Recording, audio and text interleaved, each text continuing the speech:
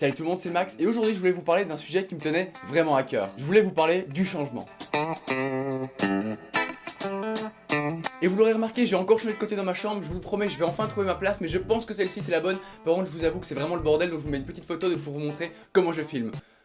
Oui, c'est un peu n'importe quoi. Cette vidéo se rapporte à mon voyage de 9 mois aux États-Unis et je peux vous jurer qu'avant que je parte, mes amis, ils se sont complètement lâchés. Tu vas revenir en roulant, tu vas prendre 100 kilos, tu vas devoir acheter du quadripixel, je vous jure que tout y est passé. Même si c'était pas méchant, il y avait toujours un petit fond de vérité là-dedans, dans le sens où c'était normal que je prenne du poids là-bas puisque c'est considéré comme le pays de la tentation. Mais pas vraiment en fin de compte. Il faut savoir que cette vidéo n'est pas faite pour me vanter, me mettre en avant, encore même critiquer. Elle est faite tout simplement pour pouvoir encourager certaines personnes qui voudront changer par la suite et raconter mon expérience parce que je ne vous le cache pas, c'est quelque chose qui me tient vraiment à cœur et qui a été très difficile à faire. Mais avant de raconter mon expérience, je pense déjà qu'il faut savoir que si vous voulez changer, il faut le faire pour soi et pas pour les autres. C'est vrai que cette phrase on l'entend beaucoup, elle est très facile à dire, mais honnêtement, changer pour les autres, c'est la pire chose que vous pouvez faire. Il faut que vous le fassiez pour vous. Pourquoi? Parce que tout simplement, si vous n'avez aucune motivation, ce que vous allez faire va être 10 fois plus dur que si vous le faisiez avec motivation et envie. Alors comme je l'ai dit, je sais que c'est pas super facile tout le temps, mais honnêtement, si vous le faites pour vous, vous vivrez cette aventure et cette expérience beaucoup mieux que si vous le faisiez pour les autres. Moi je l'ai fait parce que j'en avais marre d'être quelqu'un de fainéant, j'en avais marre de toujours me laisser aller, j'étais quelqu'un qui se laissait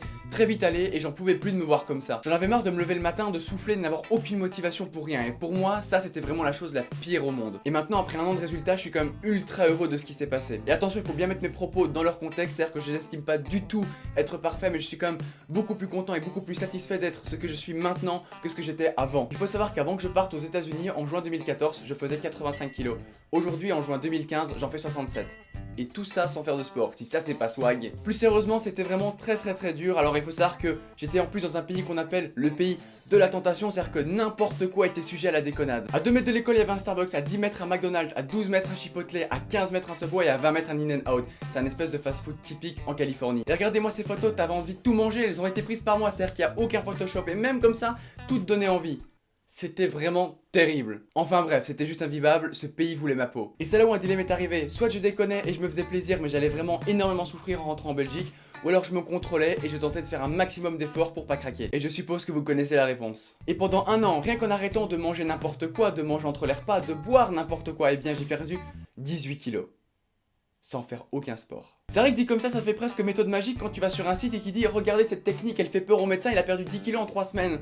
C'est faux, c'est-à-dire que j'ai fait énormément de sacrifices et énormément d'efforts, mais sachez que oui, ça fonctionne, vous n'êtes pas obligé toujours de faire des millions et des millions d'heures de sport pour y arriver, mais il faut juste y croire et se donner envie. Et comme je dis, il n'y a pas de technique miracle, juste arrêter de manger n'importe quoi, essayer de manger équilibré et sain et je vous jure que ça marche. Bon maintenant je vous avoue que je commence à me mettre au sport, je me dis que maintenant après tous ces efforts, il est temps d'essayer de garder un rythme et donc du coup je m'y mets. Mais ça fait bizarre quand ça sort de ma bouche, je sais pas, mais sport.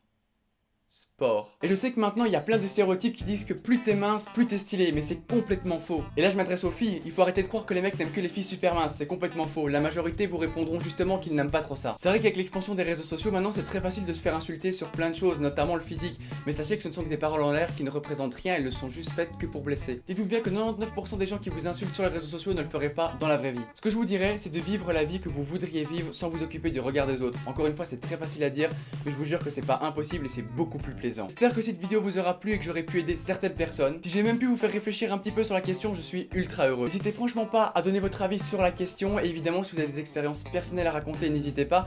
Faites tout de même attention, nous sommes sur un réseau social donc ne racontez pas tout en détail, mais si vous pouvez nous le faire partager, eh bien je serai vraiment super heureux de pouvoir l'écouter et de le lire. Je vous adore, restez comme vous voulez être, c'est le plus important et puis comme d'habitude, restez ouf. Ciao. Bon ok, pour les gens qui ne me connaissaient pas il y a un an, je me permets quand même de vous mettre une photo avant-après. Ouais, voilà, vous avez vu. En tout cas, merci à toutes et à tous.